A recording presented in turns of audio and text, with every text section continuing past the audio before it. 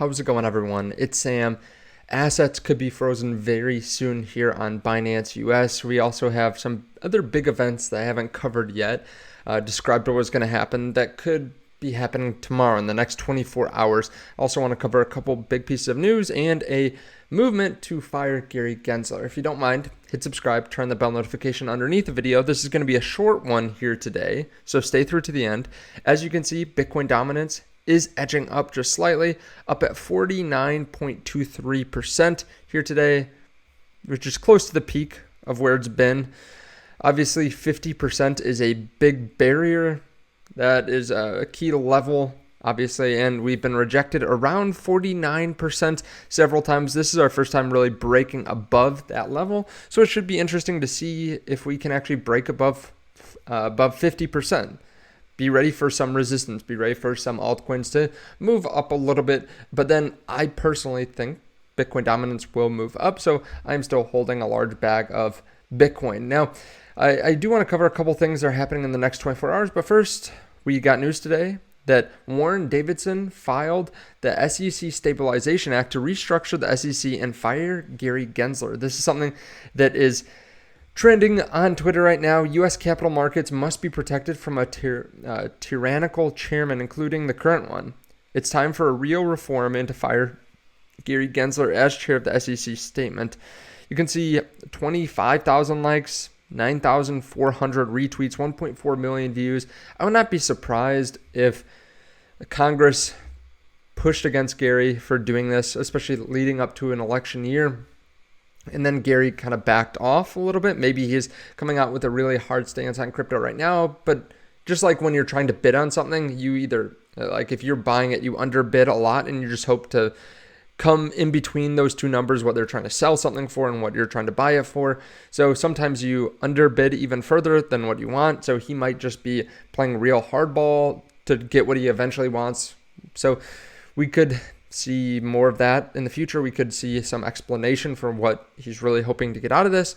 I would not be surprised, though, if eventually he does take his foot off the pedal a little bit and cuts the crypto industry some more slack. I don't think a lot of Congress people want to push out innovation long term, and I think that's what's happening right now. Now, we do have a couple big events happening tomorrow. I've covered some of these in my video yesterday: US CPI, PPI, FOMC meeting.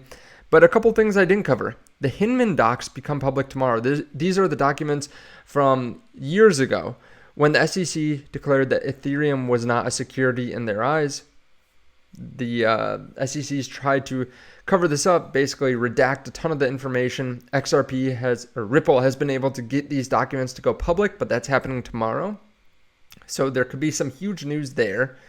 We also have the Binance US hearing that will determine whether the SEC can freeze the assets of Binance US. So if you haven't already taken your crypto off or your money off of Binance US, I would highly suggest getting it out there because we may have a video tomorrow talking about the fact that everyone's assets are frozen. So hopefully that does not happen. Then the SEC's Coinbase rulemaking response also coming tomorrow.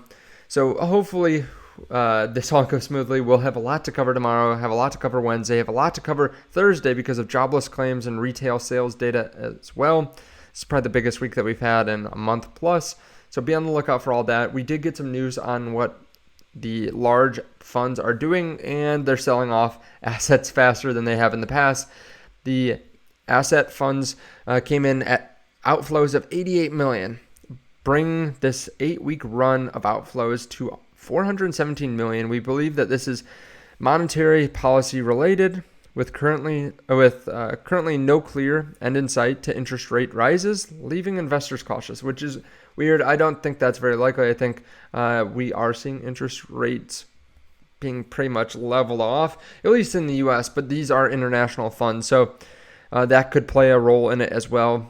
Most coming out of Canada, which they did have an interest rate raised last week, so that could have played a big role in it.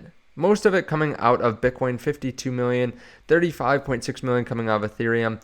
We'll have to continue to monitor this, but let me know your thoughts on all this underneath the video. Just a short one for you today with some of the top news. Thank you so much for watching, and I'll see you in the next one. Bye.